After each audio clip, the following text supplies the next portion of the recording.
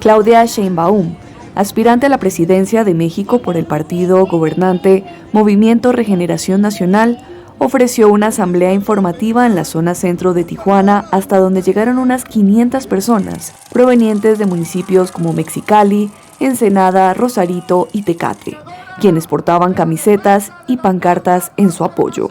Nosotros siempre hemos luchado por la democracia y no es la excepción cuando hablamos de nuestro partido. La expectativa de los asistentes era mayor al tratarse de la primera aspirante en visitar esta ciudad fronteriza, en donde existen problemáticas fuertes como la violencia, la inseguridad y el trasiego de drogas y la migración, temas que no tocó durante su discurso. Un operativo militar contra la minería ilegal en una zona rural de Cali se saldó con un muerto, 4 heridos y 30 soldados retenidos después de enfrentamientos entre una comunidad y las fuerzas de seguridad. Las unidades militares hicieron presencia en la vereda Peñas Blancas en el departamento del Valle del Cauca con la misión de contrarrestar el flagelo de la explotación ilícita de yacimientos mineros. En la operación, incautaron 6 mulas que llevaban elementos para la extracción ilícita de yacimientos mineros y que eran conducidas por 4 personas que fueron capturadas. La actividad del volcán Mayón no muestra señales de atenuación y persiste la amenaza de una erupción explosiva, según indicó este viernes la Agencia Sismológica de Filipinas. El volcán no ha registrado ningún terremoto en las últimas horas y se han producido 13 episodios de caídas de rocas volcánicas, lo que indica que la actividad volcánica no remite tras 2 semanas de erupción. El Mayón ha experimentado una erupción efusiva que implica la expulsión de lava fluida o rocas fundidas. La agencia sismológica detalló que la lava llegó a los 2,5 kilómetros de distancia a lo largo del barranco de Miisi, en la ciudad de Dalaga, y del barranco de Bonga, en la ciudad de Legazpi, ambas en la provincia de Albay, donde se halla el volcán. Inspirado por los grandes muralistas latinoamericanos, el artista keniano Bobby Yedwa se ha convertido en un original alquimista del color que ha dejado huella en paredes de numerosos países, mezclando motivos tradicionales y contemporáneos. I think the biggest language for me has been art, to connect with people. And I've used that in Latin America a lot because people can connect with that kind of a concept. Desde 2012, Yedwa, de ascendencia india y más conocido por su nombre artístico, Waistu, pinta arte callejero en Kenia y en todo el mundo.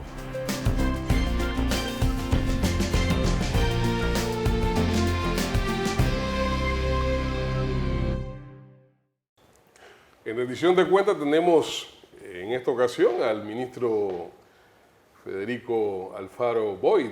Estamos conversando con él sobre el tema del tratado minero. Ministro, todo el siglo XX implicó luchas de generaciones tras generaciones por el tema de la soberanía, por el rescate de la soberanía sobre el canal, la devolución del canal. En consecuencia, el tema de la soberanía es un aspecto muy sensible en la sociedad panameña. Y me preocupa que en algunos medios este tema, con respecto al tratado, al contrato minero, o se ha tergiversado, o se han dicho cosas que no son, o se han silenciado otras. Entonces, en la cláusula, en el numeral 9 de la tercera cláusula del contrato, se habla de los derechos de la concesionaria y se habla de algunas medidas que hay que tomar en el momento en que se está explotando, que hay que localizar aeronáutica y parar los vuelos en el espacio aéreo, y eso se ha tomado como una violación a la soberanía nacional y una entrega. Nosotros quisiéramos que usted hablara sobre este tema y le explicara a la comunidad qué significa esto. Mira, yo me siento, Julio, complacido de estas discusiones. ¿Por qué? Porque toda discusión obviamente nutre en el debate. Pero también me siento complacido porque, como te dije anteriormente, nosotros podemos tener esta discusión justamente porque el gobierno nacional ha sido transparente en publicar el contrato antes de ni siquiera ser aprobado no ni por el gabinete. Nada. No, es que no hay nada que ocultar. Por supuesto. ¿No? Nosotros estamos convencidos de que este contrato es sustancialmente mejor, que hemos logrado un buen contrato para el Estado panameño en base a estándares internacionales en materias económicas, fiscales, ambientales. Tú te refieres al tema del espacio aéreo. Primero que todo, que la definición de una concesión es justamente que una vez terminado el proceso, una vez terminado el periodo de tiempo de la concesión, eso revierta al Estado. O sea que ya de por sí la definición, por ser una concesión, no afecta a la soberanía nacional. ¿Okay? pero en referencia a la es cláusula... un poco el modelo chileno. Claro, y es similar a las otras concesiones que el Estado panameño ha otorgado a lo largo de los años en materia portuaria, en materia energética, entre otras, ¿no? Referente al espacio aéreo, nosotros es importante aclarar que el contrato lo que le da a la empresa es el derecho de solicitar. Es decir, una autoridad panameña. A una autoridad panameña. Pero el que tiene la palabra final de dar o no esa solicitud o de modificarla es la autoridad panameña. Es decir, el propio Estado se reserva el derecho de decidir cómo va a aplicar esa restricción sobre el espacio aéreo. En consecuencia, no es cierto que se haya cedido soberanía. Es completamente falso y es una de las tergiversaciones que hacen ciertos grupos que se oponen a este contrato, ya sea por razones, motivos personales o por motivos políticos. Pero yo sí quiero mencionar que referente al tema de la restricción del espacio aéreo, esta restricción se viene dando desde el año 2018, desde gobiernos anteriores, que al igual que nosotros, no se inventó en este periodo, no se inventó en este contrato, que al igual que este gobierno, obviamente existe desde un punto de vista de seguridad aeronáutica, claro, la necesidad de establecer a ciertas horas y por cierta altura una restricción de sobrevuelo cuando la empresa está realizando voladura. O sea, es en ciertas horas y en cierto tiempo. No es que se le ha entregado secula seculorum el dominio del espacio por un tiempo indefinido. Es a ciertas horas y en cierto tiempo. Como se viene dando desde el 2018. Desde el 2018 se viene dando a cierta hora y por cierta altura una restricción del espacio aéreo donde obviamente no ha tenido ningún impacto ni en la soberanía nacional, ni en las operaciones aeronáuticas de aviones o aerolíneas que quieren sobrevolar el espacio aéreo. Se hace meramente por un tema de seguridad aeronáutica en ciertas horas y a cierta altura solicitada por la empresa, pero la decisión final la tiene el Estado panameño. O sea, que tanto en beneficios como en jurisdicción, etcétera, el gobierno protegió los intereses del país. Es que la responsabilidad nuestra, mía como ministro, del equipo del gobierno nacional y del presidente, obviamente, siempre ha sido y siempre será proteger los intereses del país. Y nosotros, ese era el norte que guiaba todo aspecto de negociación y de redacción de este contrato. Una preocupación que se desprende de todo este debate, hombre, es a veces el cuestionamiento ilimitado hacia la actividad minera. La pregunta que uno se hace es, ¿dónde estaría el mundo hoy sin actividad minera?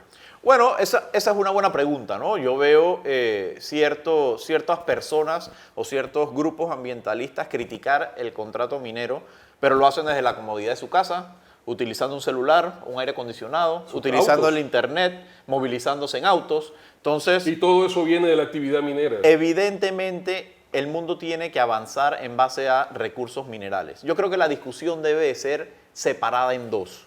Una, cómo nosotros protegíamos los intereses del Estado y conseguíamos el mayor beneficio de este contrato, de esta operación particular que ya existía, que ya estaban dando y que se había realizado en base a un contrato anterior válido y vigente que posteriormente fue declarado inconstitucional. La siguiente pregunta entonces sería ¿cómo Panamá quiere avanzar en un modelo de exploración y explotación minera, entendiendo que Panamá es rico en recursos minerales, entre ellos cobre y el oro? Para esa siguiente etapa, yo creo que sí es importante nosotros hacer una discusión a nivel nacional, pero también importante que nosotros actualicemos nuestro marco jurídico. Debe haber una reforma al Código de Recursos Minerales, por ejemplo, y a nuestros códigos ambientales que se ajusten a las nuevas realidades mundiales. Hasta que eso no pase, yo estoy convencido de que nosotros no podemos avanzar en nuevas concesiones mineras. Lo que sí teníamos que hacer era atender la situación actual a la que nosotros nos enfrentamos. Claro. Y yo te hago una comparación con el gobierno anterior. Mira, el gobierno anterior, cuando se encontró con esta situación del contrato con Minera Panamá, la decisión que ellos tomaron fue someter a la Asamblea Nacional para aprobación un nuevo contrato exactamente en los mismos términos y condiciones que el contrato de 1997. No le cambiaban absolutamente nada, no incluía mayores beneficios para el Estado panameño, no incluía el pago de impuestos sobre la renta, impuesto de dividendo, no incluía un incremento en el porcentaje de la tabla de regalías. Nosotros llegamos al gobierno y dijimos, ¿qué podemos hacer? O seguir la línea del gobierno anterior de presentar exactamente el mismo contrato o de negociar un nuevo contrato que fuese más beneficioso para el pueblo panameño. Claro. El presidente Cortizo estaba convencido de que la ruta era negociar y acordar nuevos términos y condiciones que sean cónsonos con estándares internacionales, pero que también representen mayores y mejores beneficios para la población. A eso iba. Hubo una comisión de notables, de figuras verdaderamente respetadas en este país, Adolfo Ahumada, otra serie de personalidades que estuvieron en esto. ¿Cuál fue el papel? ¿Cómo le dio seguimiento el presidente Cortizo a todo esto? ¿Cuál fue su papel en esto? Mira, el presidente Cortizo, desde el día 1, tanto de la negociación como de los 10 meses de redacción, estuvo pendiente a diario de lo que estaba ocurriendo en la mesa entre el Estado panameño y el gobierno y la empresa minera Panamá S.A. Es importante destacar que el presidente, la instrucción del presidente siempre fue: 1, ese contrato debe reflejar nuevos términos y condiciones. 2, se deben defender los intereses nacionales a toda costa. Y 3, asegurémonos que ese contrato cuente con los elementos suficientes para que los recursos que nosotros vamos a recibir sean destinados a beneficiar quienes más lo necesitan. Una vez cumplido el proceso de redacción del contrato, yo te puedo garantizar que hemos cumplido con todas las obligaciones y todas las tareas que nos encomendó el presidente de la República, que dicho sea de paso, siempre se mostró muy favorable a la opinión técnica que daban nuestros especialistas, tanto económicos como legales. Pregunta final, ministro, pregunta final. ¿A qué nos enfrentamos? Porque aquí hay algunas variantes. El contrato va a la Asamblea el próximo mes, pero no solamente existe la posibilidad de que lo aprueben, existe la posibilidad de que no sea aprobado. ¿A qué se enfrenta el país si el contrato no es aprobado en la Asamblea? Bueno, yo creo que primero es importante destacar que, como tú bien mencionas, una vez esto llega a la Asamblea, por tratarse de un contrato ley, la Asamblea solo tiene la potestad de aprobarlo o rechazarlo. Eso quiere decir que no existe la potestad de la Asamblea de modificar el contrato. Yo estoy convencido de que la Asamblea, al igual que la mayoría de los panameños, van a entender las bondades de este contrato cuando se compara con el contrato anterior. Van a entender la importancia de que el Estado panameño recibe 10 veces más en ingresos de lo que recibía anteriormente. Van a entender la importancia de que esos recursos van a ser destinados al programa de invalidez, vejez y muerte, que van a ser destinados a aumentar a $350 el monto que reciben los jubilados y pensionados por vejez. Van a entender la importancia de invertir en obras de infraestructura en las comunidades aledañas y finalmente van a entender la importancia de destinar recursos para un centro de capacitación y formación del docente panameño. Todos esos elementos yo creo que van a ser importantes para que la Asamblea Nacional comprenda las bondades del contrato y posteriormente pues den su voto favorable. Ha sido Federico Alfaro Boyd, ministro de Comercio e Industrias, esta semana en rendición de cuentas sobre el tema candente del contrato minero. Gracias por haber estado con nosotros y será hasta la próxima edición de Rendición de Cuentas. Saludos.